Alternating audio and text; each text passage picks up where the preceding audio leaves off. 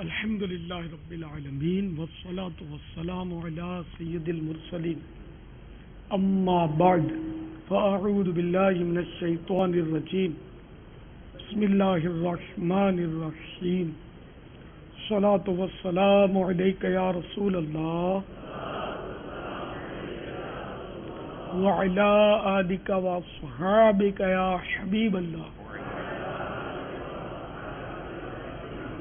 الصلاة والسلام عليك يا نبي الله وعلى آلك وأصحابك يا نور الله. ایک غریب شخص کا واقعہ ہے. 500 درہم کا وہ بیچارہ مقروض ہو گیا تھا, بڑا پریشان رہتا تھا. ایک رات جب وہ سویا تو سوئی ہوئی قسمت انگڑائی لے کر جاگ اٹھی. کیا دیکھتا ہے کہ سچ مچ سرکار مدینہ صلی اللہ تعالی علیہ وسلم تشریف لائے اور فرما رہے کہ گھبرانے کی کوئی بات نہیں, ابو الحسن کیسانی کے پاس چلے جاؤ. یہ نیشاپور کے حاکم تھے اس وقت, اور نیشاپور کا یہ واقعہ ہے. ابو الحسن کیسانی حاکم نیشاپور کے پاس چلے جاؤ, بڑا سخی مرد ہے. ہر سال 10,000 مسکینوں کو تو وہ صرف لباس تقسیم کرتا ہے.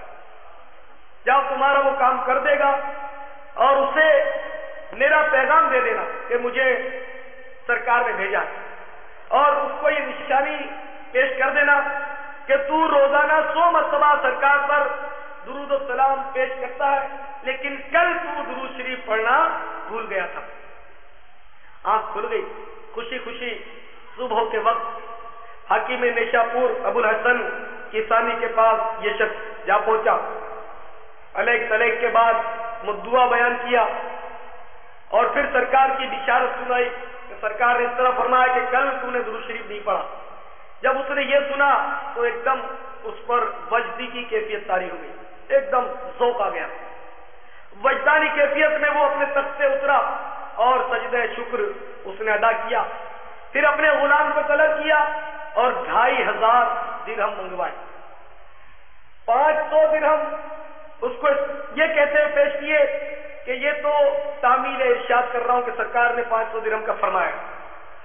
یہ مزید 1,000 درہم لے کہ تو سرکار مدینہ صلی اللہ تعالی علیہ وسلم کی بشارت میرے پاس لایا, اور مزید 1,000 درہم بھی لیتا جا کہ تو میرے غریب خانے پر تشریف لایا ہے, کہ تو اتنا خوش نصیب ہے کہ سرکار تیری اس طرح نگہبانی فرماتے. تو اس طرح مطلب 2,500 درہم دے کر وہ شخص لوٹا. اللہم صلی وسلم وبارک علی سیدنا ومولانا محمد النبی الامی الحبیب العالی القدر العظیم الجاہ وعلی آلہ وصحبہ وسلم. سرکار مدینہ صلی اللہ تعالی علیہ وسلم اپنی امت کے حال سے باخبر رہتے ہیں, اور کون خوش ہے, کون غمگین ہے, کون مالدار ہے, کون نادار ہے, کون حاجت مند ہے اور کون حاجتیں پوری کرتا ہے. سرکار مدینہ صلی اللہ تعالی علیہ وسلم پر سب روشن ہے, اور اس طرح یہ دنیا کے کاروبار چلتے رہتے ہیں, اور بے شمار اس قسم کے واقعات ہمیں ملتے ہیں کہ سرکار مدینہ صلی اللہ تعالی علیہ وسلم اپنے غلاموں کی مشکل کشائی فرماتے رہتے ہیں. آپ کو پچھلی جمعراتوں میں چند میں نے بہت ہی قیمتی اوراد بتائے تھے اور آسان تھے. یاد رہے ہیں یا بھول؟ 2-4 آدمیوں کو یاد. کالج کا سبق, اسکول کا سبق, یونیورسٹی کا سبق, یہ آپ کو سب یاد رہتا ہے, لیکن یہ آسان اوراد میں یہ سب کو یاد نہیں. تو جب میں ایک جمعرات کو بیان کر کے دوسری جمعرات کو پوچھتا ہوں تو بہت ساری آوازیں آتی کہ ہم کو یاد ہے, اور جب 2-4 جمعرات کا گیپ کر کے میں پوچھتا ہوں تو 1-2 آوازیں. یہ غفلت نہیں ہونی چاہیے, آپ بھول جاتے ہیں. پھر یہاں آپ کو پتا ہے, یہاں ہم لوگ کچھ سیکھنے آتے ہیں, کچھ لینے آتے ہیں. نماز کے بعد, 5 وقت کی نماز کے بعد ایک بہت ہی آسان ترین عمل بتایا تھا میں نے. واہ ماشاء اللہ, الحمدللہ. یاد ہے آپ کو, یا باری او 7 بار ہر نماز کے بعد پڑھیں گے تو فضیلت کیا ہے؟ ماشاء اللہ, جزاک اللہ, جزاکم اللہ. ہر نماز کے بعد صرف 7 بار یا باری او پڑھ لیں تو انشاءاللہ عذاب قبر سے بھی محفوظ رہیں گے, اور آپ کی لاش بھی انشاءاللہ زمین نہیں کھائے گی. اور بھی کافی میں نے آسان اور آج بتائے تھے لیکن معلوم ہوتا ہے کہ یہ آسان ترین تھا اس لیے یاد رہ گیا. اللہم اغفر لی, اس کی کیا فضیلت بتائی تھی؟ کتنی بار پڑھنے کا بتایا تھا؟ 10 بار. جب بندہ 10 بار اللہم اغفر لی کہتا ہے تو اللہ تعالیٰ ہر بار یہ فرماتا ہے کہ ہاں میں نے تیری مغفرت کر دی. آپ بھول جاتے ہیں. میں آپ کو مشورہ دیتا ہوں کہ آپ ڈائری بنائیں. دیکھیے حافظہ سب کا کمزور ہے آج کل. وہ بزرگوں سے سنا ہے امام شافعی رحمۃ اللہ علیہ کا قول کہ عصیان سے نسیان ہوتا ہے. گناہ سے حافظہ کمزور ہو جاتا ہے. گناہ کرنے سے یادداشت جو ہے وہ کمزور ہو جاتی ہے, حافظہ کمزور ہو جاتا ہے. اب چونکہ عصیان سے نسیان ہوتا ہے تو میری یادداشت سب سے زیادہ کمزور ہے, اس لیے کہ عصیان کا ڈھیر میرا سب سے بڑا ہے, گناہ میرے زیادہ ہے, تو میرا حافظہ بہت کمزور ہوتا ہے. تو میں نے یہ ڈائریاں 3-4 ڈائریاں اپنے پاس رکھی ہیں, میں نوٹ کرتا رہتا ہوں. تو اس طرح کیا ہوتا ہے کہ کھولنے سے پھر ذرا یاد آ جاتا ہے. تو آپ کا مجھ سے تو خیر کبھی حافظہ کم گناہ کرتے ہیں, جبھی تو ڈائری کوئی نہیں رکھتا, یا کوئی میرے جیسے ہوتے ہیں وہ ڈائری رکھتے ہیں. علم کو لکھ کر محفوظ کر لیا کرو. تو آپ میرے بھائیوں لکھیں گے تو آپ کو کام آئے گا. تو سیکھنے میں یہی انداز ہوتا ہے کہ ہم ایک دوسرے کو ترغیب دلائیں, خود ترغیب دلائیں. دیکھیں نا یہ باتیں یاد رہیں گی تو ہمارا عمل زیادہ ہو جائے گا. اب اللہم اغفر لی آپ نے لکھ لیا ہوگا تو دیکھتے ہی چلو نہیں پڑھتے تو پھر یاد آ گیا کہ ہاں ارے یہ فضیلت اتنی آسان ہو, میں پڑھتا نہیں ہوں. اللہم اغفر لی, اللہم اغفر لی, اللہم اغفر لی, یہ 10 بار آپ نے بیٹھے بیٹھے پڑھ لینا, ثواب مل گیا. اس کی بھی میں آپ کو وضاحت کر دوں کہ اکثر ہمارے اسلامی بھائی چاندی کی اور ڈبیاں لٹکا لیتے ہیں. سبھی ڈبی مانتے ہیں عام طور پہ چاندی کی. اول تو یہ چاندی کی ہوتی نہیں, چاندی کی نہیں ہوتی ہے, اور اگر بالفرض وہ چاندی کی ہے بھی, جب بھی یاد رکھیے یہ ناجائز ہے. چاندی کی ڈبیاں جنہوں نے بھی پہنی وہ ہوتا, یہ ڈبی جو ہے چاندی کی ناجائز ہے. ملفوظہ شریف میں اعلیٰ حضرت رحمۃ اللہ علیہ کے میں نے پڑھا تھا کہ چاندی کی ڈبی میں جو تعویذ بند کر کے لٹکاتے ہیں یا بازو پر بھی باندھتے ہیں, اس کی اجازت نہیں. بلکہ اگر آپ کو تعویذ پہننا ہی ہے تو اسی طرح موم جامہ کر لیں اس کو, اور پھر کپڑے میں سلائی کر لیں, ریگزین میں سلائی کر لیں, چمڑے میں سی لیں. چاندی یا کسی اور دھات کی ڈبیا میں اس کو بند کر کے تعویذ نہ پہنا دیں. بلکہ بعض بھائی تو ہمارے لاکٹ میں تعویذ لٹک رہا ہوتا, میں پکڑتا رہتا ہوں, تعویذ لٹک رہا ہے لاکٹ میں, اور اس پر کیا صاحب آیت الکرسی لکھی ہوئی ہے. وہ فخر سے کہتا ہے آیت الکرسی لکھی ہوئی ہے, ایسے ہی تھوڑی پہنا ہے. لاکٹ جو ہے زنجیر, یہ یاد رکھیے مرنے کے بعد آگ بن جائے گی, پورا خطرہ اس کا. یہ زنجیر جو ہے چاہے وہ سونے کی ہو, چاندی کی ہو, کسی دھات کی ہو, یہ حرام ہے, نہیں پہن سکتے ہم لوگ, نہیں پہن سکتے اس کو. عورت جو ہے وہ سونے چاندی کی پہن سکتی ہے. تو بہرحال یہ کہ زنجیر تعویذ لٹکانے کے لیے بھی نہیں پہن سکتے, زنجیر ہے یہ حرام. اب آیت الکرسی لٹک رہی ہے آپ کی, آپ کہیں گے صاحب اس کو دھاگے میں لٹکا لیں. آپ خود سوچیں کہ دھات میں آیت الکرسی لگے, بے وضو آپ کا ہاتھ لگے گا اس پر, بلکہ آپ نے بالکل ننگے سینے پر لٹکا رکھی ہے اس کو, یوں کھول کے بھی چلتے نا. یعنی لاکٹ پہننا ایک تو حرام, اور پھر جو لاکٹ پہنتے ہیں وہ سینہ کھول کے چلتے تھے, اپنے زوم فاسد میں بہت اچھے لگتے ہیں. حالانکہ آپ جیسے میرے سے کئی ایسے ہوتے ہیں جن کو ایسے انداز نہیں پسند ہوتے, تو وہ سینہ کھول کے یوں چلتے ہیں. یا آج کل وہ گلے کی ڈیزائن نکلی ہے, سینہ کھلا ہوتا ہے, تو وہ اس طرح مطلب سجا کر وہ یوں گھومتے ہوتے ہیں. حالانکہ قرآن عزیز میں صاف ارشاد ہے کہ اللہ تعالیٰ کو اترانے والا شیخی خور پسند ہے, اس طرح وہ کر کے چلتا ہے. ظاہر ہے کہ نہ یہ زمین کو پھاڑ دے گا نہ پہاڑوں سے بلند ہو جائے گا. تو اس طرح کی چال, یہ سینہ کھول کر چلنا, یہ مہذب لوگوں کا طریقہ نہیں, بازاری اور لچے لوگوں کا طریقہ ہے. آپ تو ماشاءاللہ اچھے لوگ ہیں, تو ایسا نہیں چلنا چاہیے, اور اس طرح آپ اچھے بھی نہیں لگیں گے. اپنی مرضی میں تو ہر ایک اپنے آپ کو ہر ایک حسین سمجھتا ہے, بار بار آئینے میں بال سنوارتا ہے اور بڑی سیٹنگ کرتا ہے کہ صاحب میں بہت اچھا لگتا ہوں. تو اس طرح صرف دل بہلانے والی بات ہے. حقیقت میں ہم اچھے اسی صورت میں جب اللہ اس کے رسول کو اچھے لگے. ساری کائنات ہم پر فریفتہ ہے, عاشق ہے, سب ہماری واہ واہ کرتے ہیں, اور اگر معاذ اللہ اس کی نظر میں اچھے نہیں ہیں تو خدا کی قسم ہمیں اچھائی نصیب ہی نہیں. تو اللہ رسول کی نظر میں عز و جل و صلی اللہ تعالی علیہ وسلم ہم اچھے بننے کی کوشش کریں. باقی دنیا کی نظر میں اگر اچھے نہ بھی رہیں تو کوئی بات نہیں. یہ دنیا تو آپ کو پتہ ہی ہے میرے اسلامی بھائیوں, بے وفا ہے, مفاد پرست ہے.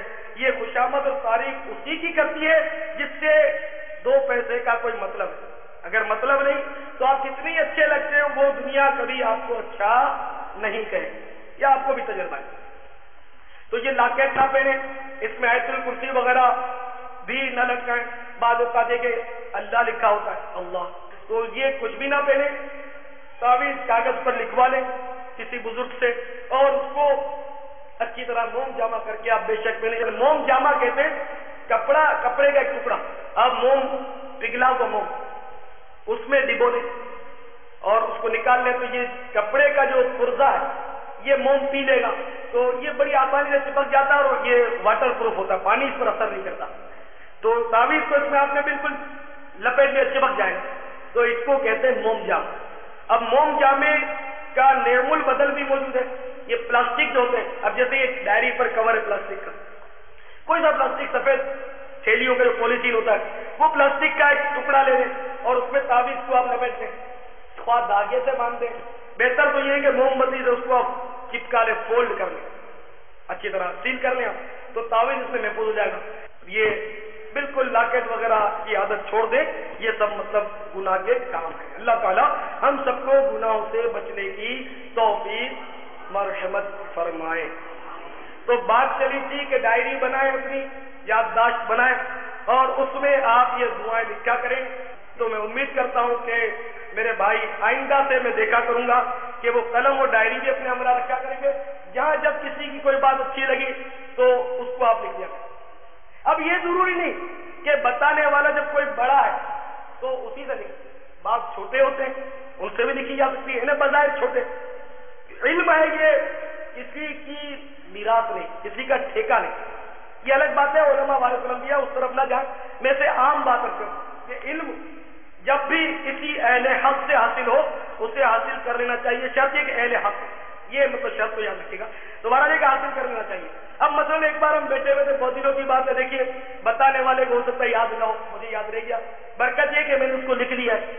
انہوں نے مجھے بتایا ایک بات، ان کو بھی عجیب لگی تھی، پھر میں نے مزید ان کے بڑے بھائی سے تصدیق کی، تو بات یہ تھی کہ خنزیر مکئی کے کھیت میں جب کسی پودے پر منہ ڈال دیتا ہے، خنزیر کسی پودے پر منہ ڈال دیتا ہے تو اس پودے میں ایک عجیب بو پیدا ہو جاتی ہے کہ اسے پھر کوئی جانور نہیں چلتا، کوئی جانور یعنی کہ بکری دمبا وغیرہ بھی اس پودے کو نہیں کھاتے جس پودے کو خنزیر منہ لگا دے۔ مقصود یہ کہ خنزیر کتنا بدترین اور نجیس العین جانور ہے کہ اس کے منہ کی بو اتنی خطرناک ہے کہ وہ پودے کو لگا لے، کوئی جانور اس پودے کو نہیں کھا۔ یہ بات مجھے پسند آئی تو میں نے اس کو لکھ لی اور ابھی تک میرے پاس محفوظ ہے، تو میرے ذہن میں بیٹھی ہوئی دیکھیے بات یاد آ گئی نا۔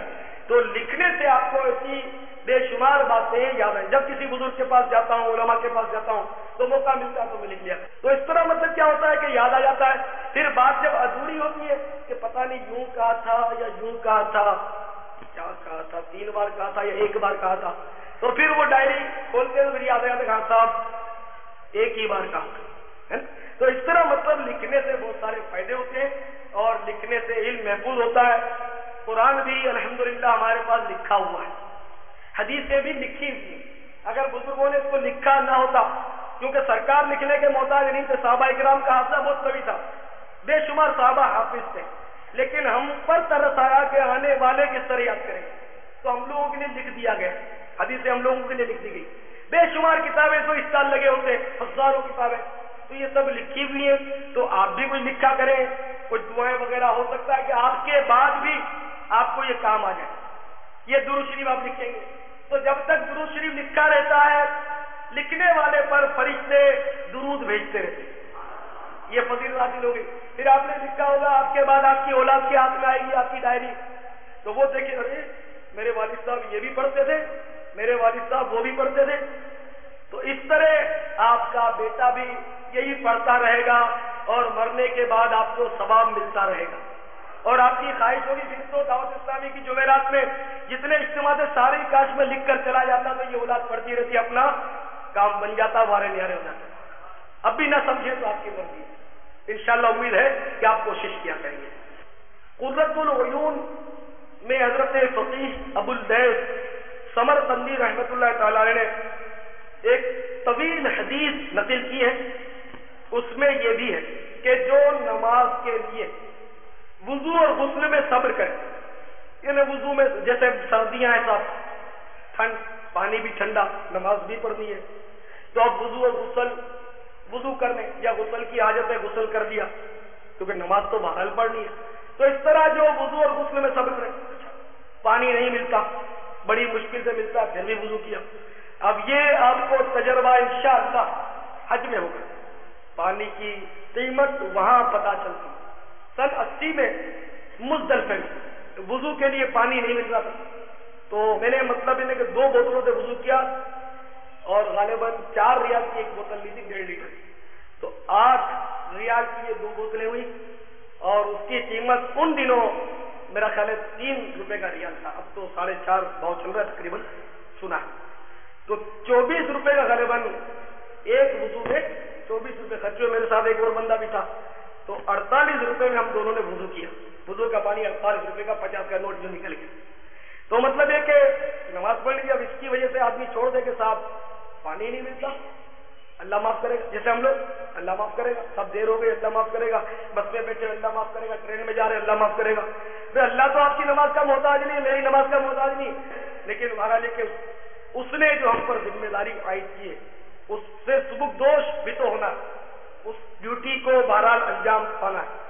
سروسز آپ نوکری پر جا رہے ہیں، بس نے ہڑتال کر دی، بس نے ہڑتال کر دی صاحب، بسوں نے آپ کو سروس پہ جانا ہے اور ضروری جانا ہے، ڈیوٹی آپ کی، تو کیا کریں گے صاحب؟ بس نے ہڑتال کر دیا نہیں جائیں گے، ظاہر رکشا پکڑیں گے، رکشا پکڑیں گے نا، کیونکہ ڈیوٹی پر نہیں جائیں گے تو وہاں غیر حاضری لگے گی آپ کی. تو رکشے میں، ٹیکسی میں، سائیکل میں، اسکوٹر میں کسی صورت سے آپ پہنچیں گے. یعنی دنیاوی ڈیوٹی تو آپ کتنی بھی تکلیف اٹھانی پڑے آپ دینے میں تامل نہیں کرتے، لیکن آپ کو کیا ہو جاتا ہے کہ نماز کے معاملے میں معمولی سے کوئی ادھر پیش آ، نماز چھوڑ کے صاحب پانی نہیں، تنگی ہے، پانی بہت ہلکا آتا ہے، وضو خانے پر بھیڑ بہت تھی. تو بہرحال یہ کہ میرے اسلامی بھائیوں سورۃ النور میں ہے کہ جو نماز کے لیے غسل و وضو میں صبر کرے گا، یعنی تکلیف اٹھائے گا، تو ایک ایک بال کے عوض ایک ایک نیکی ملے گی. اس پانی کے ایک ایک قطرے کے عوض اللہ تعالیٰ ایک ایک فرشتہ پیدا فرمائے گا، اور وہ سارے کے سارے فرشتے قیامت تک اللہ تعالیٰ کی تسبیح بیان کرتے رہیں گے، اور اس ساری تسبیحات کا ثواب اس وضو و غسل کرنے والے کو مل جائے. اللہ تعالیٰ کی ڈیوٹیاں پوری کرنے میں، اس کے عائد کردہ فرض کو پورا کرنے میں ہمیں کتنا اجر و ثواب ملتا ہے. اللہ تعالیٰ نے کتنی رحمت ہے، رحمت ہی رحمت. انہیں جتنی زیادہ تکلیف اٹھاؤ اتنا ثواب زیادہ، جتنا صبر کرو. جب بظاہر ایسے معمولی مواقع ہوتے ہیں صبر کرنے کے اور ثواب اتنا مل جاتا ہے، قربان جائیے. تنبیہ الغافلین میں حضرت فقیہ ابو الليث سمرقندی رحمۃ اللہ علیہ نے ایک روایت میں بڑی پیاری نقل کی ہے، بہت مزہ آیا میں نے پڑھا. حضور سید عالم صلی اللہ تعالی علیہ وسلم کی خدمت میں کس نے عرض کیا، یا رسول اللہ صلی اللہ علیہ وسلم، ہمیں کسی چیز کی خواہش ہو، کسی چیز کی خواہش ہو اور ہمارے پاس پیسے نہ ہو، ہم غریب ہوں اور وہ چیز ہم حاصل نہ کر سکے، تو کیا ہمیں اس پر بھی اجر ملے گا؟ سرکار مدینہ صلی اللہ تعالی علیہ وسلم کی رحمت کے قربان سرکار نے فرمایا کہ اس پر اجر نہیں ملے گا تو کس پر اجر ملے گا؟ ایمان سے رحمت ہے. صاحب بھوک لگی ہے، کھانے کو موڈ ہو رہا ہے، ہوٹل سامنے، جیب میں ہاتھ ڈالا تو 3 چونیاں ہیں. 3 چونیوں میں تو چائے بھی مشکل، شاید آج کل چائے بھی 1 روپیہ ہو گئی. کھانا کھانے کی خواہش ہوئی آپ کو، لیکن جیب میں 3 چونیاں ہیں، کنگال ہیں، آپ نہیں کھا سکے، تو اس پر بھی آپ کو اجر ملے گا. کتنی رحمت ہے. لیکن میں کہتا ہوں یہ کھانے پینے کا ہم کیا کرنا تھا. میرے ایسا کنگال آدمی تصور کرے کہ صاحب حکومت نے مانگے تھے 28,000 اور اتنے 31 جنوری تک آخری تاریخ تھی، پیسے میرے پاس نہیں تھے، میں نے فارم فل اپ نہیں کیا، افسوس کہ دن گزر گئے، سب مدینے کو گئے، میں رہ گیا. اور یہ افسوس کریں ہم تو کیا بعید اللہ کی رحمت سے کہ مدینے کی حاضری کا ثواب مل جائے، یہیں بیٹھے بیٹھے مدینہ عطا ہو جائے. تو کسی چیز کو اگر پیسے کی کمی کی وجہ سے حاصل نہ کر سکا تو اس پر بھی اللہ تعالیٰ اجر و ثواب عطا فرماتا. حضرت ضحاک رحمت اللہ علیہ قول اسی حدیث کے تحت لکھا ہوا ہے کہ کوئی بازار گیا اور کوئی کھانے کی چیز اس کو پسند آ گئی. صاحب باہر نکلے, گرما گرم بند کباب تیار ہو رہے ہیں, بھوک بھی لگ جاتی, چمک جاتی اجتماع میں بیٹھے بیٹھے آپ لوگوں کو, تو دھوئیں اٹھ رہے ہیں, خوشبوؤں سے دماغ تر ہو رہے ہیں, جیب میں ہاتھ ڈالا تو صرف ایک ہی چونی. حضرت ضیاء فرماتے ہیں بازار گیا, کسی کھانے کی چیز کی خواہش ہوئی, پاس پیسے نہیں, جو خرید کر کھا لیتا تو اس پر ثواب کی نیت سے اگر صبر کر لے تو 1,00,000 درہم صدقہ کرنے سے زیادہ ثواب ملتا ہے. عدل کریتا تھر تھر کمبن اچیاں شانہ والے, فضل کریتا بخشے جاون میں جے منہ کا. اللہ کی رحمت کتنی بڑی ہے. رحمت حق بہا نامی جویت, اللہ کی رحمت قیمت طلب نہیں کرتی, رحمت حق بہا نامی جویت, اللہ کی رحمت تو بہانے تلاش کرتی. تو میرے پیارے اسلامی بھائیوں, اللہ تعالیٰ کی رحمت سے غسل فرض ہو گیا تو ثواب حاصل کرنے کا تو یہ نادر موقع ہے, اس طرح ثواب ملے گا غسل کریں گے تو. اچھا پھر اگر سستی کر گئے, سوئے پڑے رہے مجبوری کے ساتھ, کیا کریں؟ غسل جو فرض ہو گیا مجبوری, غسل نہیں کیا, معاذ اللہ نماز قضا کر دی, معاذ اللہ. اللہ ایمان پر موت کو دے دے, نماز قضا نہ. قضا کرنا اتنا سخت کبیرہ ہے تو بالکل سرے سے ہی نہ پڑھنا یہ تو بہت ہی زیادہ گناہ ہے. بعض لوگ سمجھتے ہیں جب قضا سنتے بولتے ہیں تو پھر پڑھیں کیوں, جب قضا کرنے کا اتنا گناہ ہے تو اس کا مطلب نہ پڑھیں تو اتنا گناہ نہیں ہوگا. نہیں, مثلا دیکھیے نا, آپ نے مجھے کوئی چیز لینے کو 98 دی کہ صاحب یہ دوڑ کر ذرا پان کو لے آؤ. اب میں پان لینے گیا اور راستے میں ذرا مجھے مل گئے کوئی صاحب اور میں کھڑا رہا باتوں میں, آدھا گھنٹہ پان کے لیے سوکھتے رہے. چائے پی کر آپ نے پان منگوائی تھی کہ تاکہ منہ کی جو ذائقہ تبدیل جو ہوا ہے پان سے ذرا منہ صحیح ہو جائے, تو وہ سارا ہی تھوک کے ساتھ چلا گیا. پان کی خواہش بھی آپ کی جاتی رہی. پھر بھی میں پان لے آؤں تو آپ کو یوں تو ہوگا یار بڑا لیٹ کر دیا تم نے. اچھا, اور میں پان سرے سے لاؤں ہی نہ, میں لیٹ لاؤں گا تو اب ناراض تو ہوئے لیکن پھر بھی کم ناراض ہوں گے, اور اگر سرے سے پان لاؤں ہی نہ تو پھر تو آپ بہت ناراض ہوں گے کہ کسی کام کا ہی نہیں لایا, نہیں, میں نے ایک کام نہیں کیا, میں نے اتنا چھوٹا سا تو کام کیا اور خدمت کے بلند بانگ دعوے کرتا, میں خادم ہوں, ہر ایک بولتا ہے. تو ہمارا یہ کہ میرے اسلامی بھائیوں, ایک تو تاخیر سے کسی کام کو کر دینا اور دوسرا سرے سے کرنا ہی نہ. تو ایک تو نماز کو قضا پڑھ لینا, 12 پڑھ تو لی, اور ایک تو یہ کہ سرے سے ہی نہ پڑھنا. تو قضا کرنا اگرچہ کبیرہ گناہ ہے لیکن بالکل ہی نماز نہ پڑھنا یہ اشد کبیرہ گناہ, یہ یاد ہے. تو بہرحال نماز کو قضا کر دینا یہ بہت سخت کبیرہ گناہ ہے.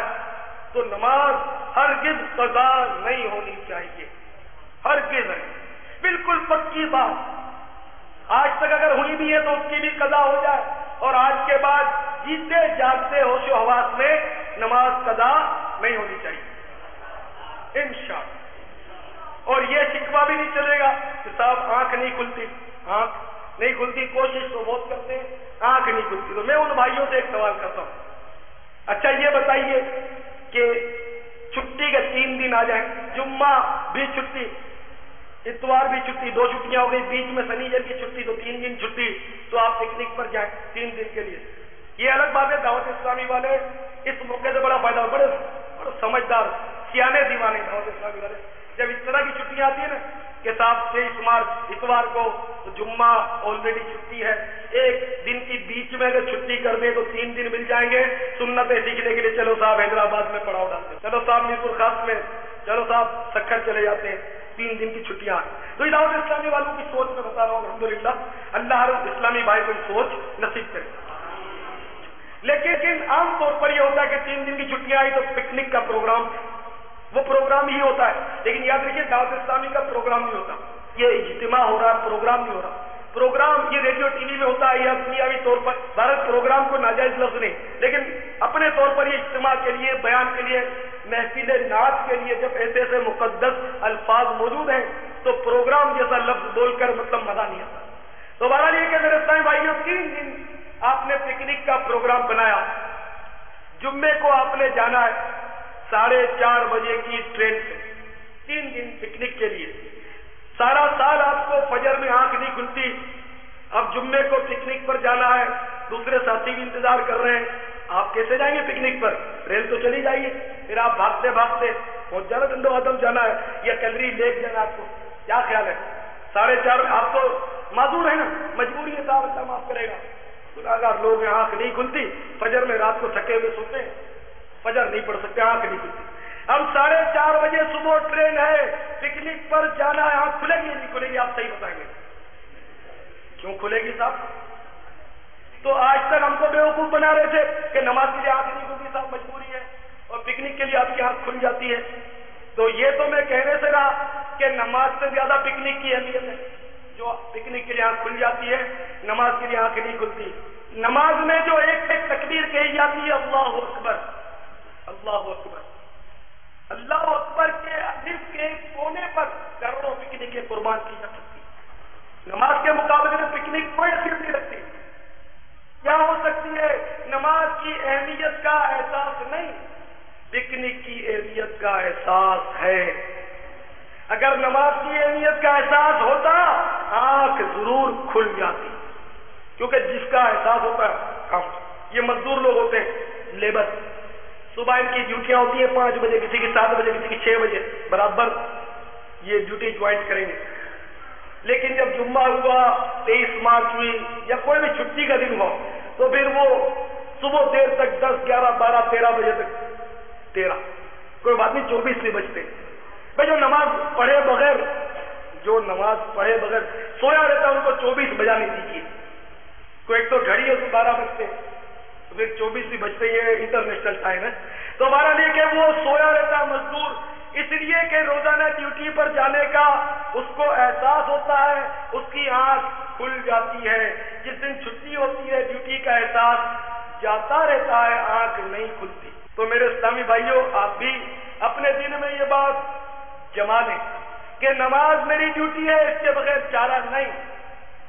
اگر کبھی احساس ہو گیا، انشاءاللہ آپ نماز پڑھنے میں کامیاب ہو جائیں۔ جب پکنک کے لیے بھی چلیے، آپ کی نیند ایسی ہے کہ آپ واقعی گھوڑے بیچ کے سوتے ہیں، پکنک کے لیے بھی آنکھ نہیں کھلتی۔ کیسے ہوتے ہیں؟ جن کی نیندیں بہت خطرناک ہوتی ہیں۔ سن 71 میں لڑائی ہوئی تھی، میرا خیال ہے، بم گرے تھے 71 میں نا، یہ آگرہ تاج وغیرہ میں بہت بڑے بڑے بم گرے تھے۔ ہم لوگ جب چھوٹے ہوتے تھے، آپ میں سے تو کئی بیچارے جن کو یاد بھی نہیں ہوگا، چھوٹے جو ہیں، تو 2 بم گرے تھے بہار کالونی آگرہ تاج میں، کافی لوگ مارے گئے تھے۔ ہم لوگ بھی اسپتالوں میں پہنچے تھے، اپنے جیسے جاننے والے دوست کو بھی مارے تھے، تو ہم لوگ پہنچے تھے تو میں نے لاشوں کا ڈھیر دیکھا تھا۔ آج تک زندگی میں کبھی ایسا لاشوں کا ڈھیر نہیں دیکھا، اوپر تلے لاشیں پڑی ہوئی۔ کلری میں ایک بندہ رہتا تھا، اس کو مطلب میں نماز کے لیے سمجھا رہا تھا، وہ یہی کہہ رہا تھا میری آنکھ نہیں کھلتی، تو میں نے اس کو دیکھا، ہنسی اگر نہیں، ہنسنا منع ہے مسجد میں، ہنسنا قبر میں اندھیرا لاتا ہے۔ میں ایک غفلت کی بات بتاتا ہوں کہ بیچارہ ایسا غافل ہے، ایسی غفلت سے اللہ ہر مسلمان کو بچائے۔ میں نے اس کو مشورہ دیا کہ الارم سیٹ کر لے، الارم سمجھتے نا، وہ جو چھوٹی سی گھڑی ہوتی ہے اس میں گھنٹی بجتی ہے، تو الارم کلوک میں نے کہا تو سیٹ کر لے، تو فجر کے ٹائم پر وہ گھنٹی اٹھا دیں گے۔ تو اس نے چھوٹ سے کہا کہ الارم کی کیا مجال جو مجھے اٹھا دے، یہ ہماری آگرہ تاج کالونی میں ایک نہیں 2 بم گرے تھے، بندے کی آنکھ نہیں کھلی تھی، اتنا بڑا دھماکہ ہوا، پورا کراچی تو لرز گیا، اتنے بندے مر گئے اسی محلے میں۔ آگرہ تاج کالونی، بہار کالونی، کلری، یہ حنیف مندر، یہ سب قریبی علاقے، یعنی اس علاقے میں وہ رہتا تھا، اور 2 بم گرے، اتنے لوگ مر گئے، کوہرام پڑ گیا، اس قریب کی آنکھ ہی نہیں کھلی۔ ایسی گہری نیند والا میں نے آج تک نہیں دیکھا، نہیں سنا۔ تو آپ ایسے تو نہیں ہوں گے خیر۔ تو بہرحال یہ کہ جب پکنک پر جانا ہے تو وہ جس کو بم بھی نہیں اٹھا سکا وہ بھی اٹھنے کا اہتمام ضرور کرتا۔ پکنک پر جو جانا ہے، کبھی تو جاتا ہوگا پکنک پر، تو میرے اسلامی بھائیوں، آپ بھی فجر کے لیے اہتمام کریں۔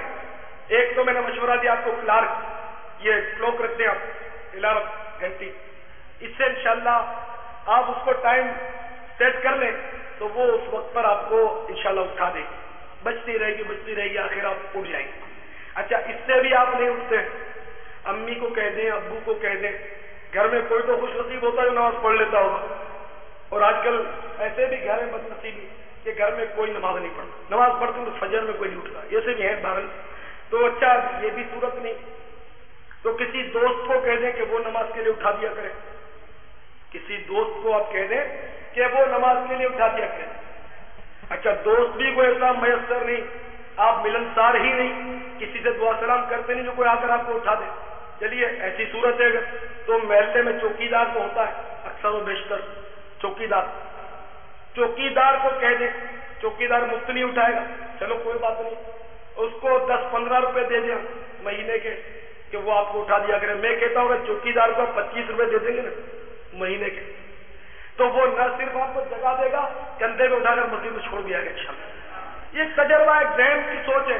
تو میں آپ کو فجر پڑھنا چاہتے ہیں نا، پھر آپ کہہ نہیں سکیں گے کہ ہم کو یا اللہ کسی نے طریقہ نہیں بتایا تھا، دعوت اسلامی میں جاتے رہے لیکن انہوں نے بھی نہیں بتایا کہ فجر میں کیسے اٹھتے ہیں، پکنک پر اٹھ جاتے تھے لیکن نماز پر ہم نہیں اٹھ سکتے، تو دعوت اسلامی والے ہم کو سمجھا رہے ہیں کہ اس طرح اٹھے۔ اچھا چوکیدار آپ کو انشاءاللہ پیسے اس کو دکھاؤ، جان پر کھیل کر وہ حفاظت، چوکیدار آئے دن بیچارے گولی کا نشانہ بن جاتے ہیں، تو وہ نماز کے لیے اٹھا دیں گے، اور اکثر یہ پٹھان ہوتے ہیں چوکیدار، پٹھان، اور یہ میں نے دیکھا ہے کہ اکثر پٹھان جو ہے وہ ماشاءاللہ دین کی طرف زیادہ مائل، نماز پٹھان بھائی زیادہ پڑھیں گے، اچھا روزے پٹھان بھائی کثرت سے رکھیں گے، یہ حقیقت ہے۔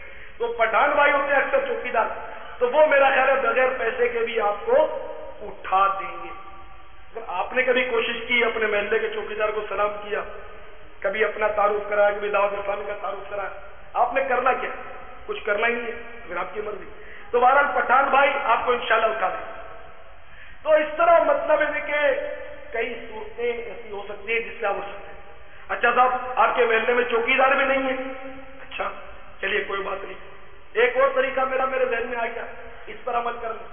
آپ کے قریب مسجد ہوگی، امام صاحب عین وقت پر جماعت کی آتے ہیں، اچھا صاحب مؤذن صاحب کو اذان دینی ہوتی ہے، مسجد کا خیال رکھنا ہوتا ہے، خادم مسجد کا، بھائی پورے اسٹاف میں ایک آدھ آدمی تو آپ کو مل جائے گا امام مؤذن یا خادم، اسی سے آپ ہاتھ جوڑ کر التجا کر دیں کہ مجھے نماز کے لیے اٹھا دیں۔ بھائی جب دنیا کے لیے آپ خوشامد کر سکتے ہیں، کسی مسجد والے کے آگے ہاتھ جوڑنے میں حرج کیا؟ آپ کو جذبہ ہونا چاہیے، مسجد کے خادم کے پاؤں پکڑ لیے، مؤذن کے پاؤں پکڑ لیے کہ آپ کو مجھے اٹھانا پڑے گا، تو میرا خیال ہے یہ اچھے لوگ ہوتے ہیں، کم از کم نماز کے لیے آپ کو اٹھا دیں گے مؤذن صاحب یا خادم صاحب آ کر۔ مسجد کے بیچارے جو ائمہ کرام، مؤذن اور خدام جو ان کا استحصال بہت ہو رہا ہے، ان کی بیچاروں کی تنخواہیں بہت کم ہوتی ہیں، یہ میں نے عام طور پہ دیکھا ہے، اس میں ان بیچاروں نے کیسے گزارا ہوتا۔ تو ویسے ہی مسجد کے ائمہ اور خدام اور جو بیچارے مؤذن ہوتے ہیں ان کی اگر آپ کے محلے میں ہیں تو ممکن ہو تو ان کی خدمت کرنی ہی چاہیے، اور ہرگز ان سے یہ نہ کہیں کہ یہ نذرانے لے لیتا ہے، نذرانے کھاتے ہیں، ایسی بات نہیں، ان کی روزی ہم سے زیادہ صاف ہوتی ہے، حلال روزی ہوتی ہے۔ ہم لوگ تو پتہ نہیں کاروبار میں دن بھر میں کتنے الٹے سیدھے کام کر لیتے ہیں، وہ بیچارے مسجد کی خدمت کرتے رہتے ہیں۔ تو اگر آپ کو نماز پڑھنی ہے تو 1000 طریقے ایسے ہیں کہ آپ نماز پڑھ سکتے ہیں۔ اب بھی اگر آپ نے کہا کہ صاحب مجبوری ہے، آنکھ نہیں کھلتی، تو پکنک کے موقع پر اٹھنے والی جو بات ہے نا وہ قیامت کے دن مہنگی پڑ جائے گی۔ جس کی آنکھ عشاء کے فوراً بعد سو جانے سے فجر میں کھل جاتی اور تاخیر سے سونے کی وجہ سے نہیں کھلتی، تو اسے چاہیے کہ عشاء پڑھتے ہی وہ سو جائے اور ورد و وظائف بھی نہیں کر سکتے۔ نماز فرض ہے، باقی تو معاملات جو مستحبات ہیں۔ تو نماز کے لیے اگر جلدی سونا پڑ جائے عشاء پڑھتے ہی تو سو جاؤ، مدینے والے کی یاد میں کھو جاؤ اور پھر مسجد میں آؤ صبح اٹھتے۔ اس کے باوجود آنکھ نہیں کھلتی، اس کے باوجود آنکھ نہیں کھلتی تو اعلیٰ حضرت رحمۃ اللہ علیہ فرماتے ہیں کہ کھانا کم کھاؤ۔ ہم لوگ دے بڑے جاتے، نتیجتاً کیا ہوتا ہے، زیادہ کھانے سے کسل اور سستی پیدا ہوتی ہے، نیند زیادہ آتی ہے اور گہری نیند آتی ہے زیادہ کھانے سے، زیادہ پانی پینے سے۔ حضرت امام غزالی رحمۃ اللہ علیہ نے لکھا کہ اس بات پر 70 صدیقین کا اجماع ہے۔ یہ اولیاء کرام کی قسمیں ہوتی ہیں، صدیق جو ہوتا ہے وہ ولی سے بھی اوپر ہوتا ہے، تو 70 صدیقین کا اجماع اس بات پر کہ زیادہ پانی پینے سے نیند زیادہ آتی، تو کھانے پینے میں کمی کریں، کم کھائیں تو پھر نیند کم آئی، فجر میں اٹھ جائے۔ تو یہ سارے جتنے بھی طریقے ہیں نیند سے بیدار ہونے کے، فجر میں اٹھنے کے، وہ سارے طریقے آپ نے آزما لیے، کھانا بھی کم کھایا، پانی بھی کم پیا اور اس کی عادت بھی بنا لی، کسی کو کہہ بھی دیا، گھڑی بھی الارم اپنے سرانے رکھ دی، یہ سارے جتن آپ کر چکے، اس کے باوجود آپ کی فجر میں آنکھ نہیں کھلی تو اب معذور ہے، اب معذور ہے۔ اس کے لیے آپ کو یہ حکم نہیں دیا جائے گا کہ رات کو آپ سوئیں ہی نہ، عشاء کے بعد فجر تک جاگتے ہی رہیں اور پھر فجر پڑھ کے سوئیں، یہ حکم نہیں دیا جائے گا، رات کو سونے کی اجازت ہے۔ جبکہ یہ سارے آپ نے طریقے کر دیے، یہ نہیں کہ 3 بجے تک دوستوں کی مجلسوں میں ہوٹلوں میں گزار کر آرام سے ٹھاٹ سے پہنچے، تھکے تھکائے اوندھے پڑ گئے اور پھر صبح 10 بجے آنکھ کھلی، یہ تو بہرحال یہ سارے طریقے استعمال کریں، اور یہ طریقے جو میں نے آپ سے عرض کیے اس کو حفظ کر لیں، یاد کر لیں، اور ان طریقوں پر اگر انشاءاللہ آپ عمل کریں گے، میں نہیں سمجھتا کہ جتنی میری آواز یہاں تک آ رہی ہے کوئی مجھے آ کر کہہ دے کہ میری آنکھ نہیں کھلی، میں امید کرتا ہوں کوئی ایسا نہیں ہوگا، آنکھ کھلے گی اور انشاءاللہ لازمی کھلے گی۔ تو امید ہے کہ آج کے بعد کسی بھائی کی فجر کی نماز کبھی قضا نہیں ہوگی، فجر کی تو قضا نہیں ہوگی، اور 4 وقتوں کی بھی قضا نہیں ہوگی۔ یہ نہیں کہ فجر ہی کی اہمیت ہے کہ صاحب عصر کی کوئی ٹھیک ہے وہ کاروبار کا ٹائم ہے، ذرا گاہک زیادہ ہوتے ہیں تو وہ ذرا مغرب کے ساتھ نہیں، عصر کی تو خاص تاکید ہے، صلاۃ وسطیٰ کی۔ اپنی نمازوں کی حفاظت کرو، خصوصاً بیچ والی کی، فجر اور ظہر، مغرب اور عشاء کے بیچ میں عصر، تو عصر کی زیادہ تاکید ہے۔ عصر کے وقت انسان مصروف ہوتا ہے، دھندے میں کاروبار میں مصروفیت ہوتی ہے، تو عصر سے بھی غافل نہ ہو کہ یہ تو خصوصی تاکید ہے اسپیشلی۔ تو بہرحال کسی نماز میں غفلت نہیں ہوگی۔ آج سے ہم عہد کرتے ہیں، اے اللہ آج سے ہم عہد کرتے ہیں کہ جان بوجھ کر کوئی نماز قضا نہیں ہوگی۔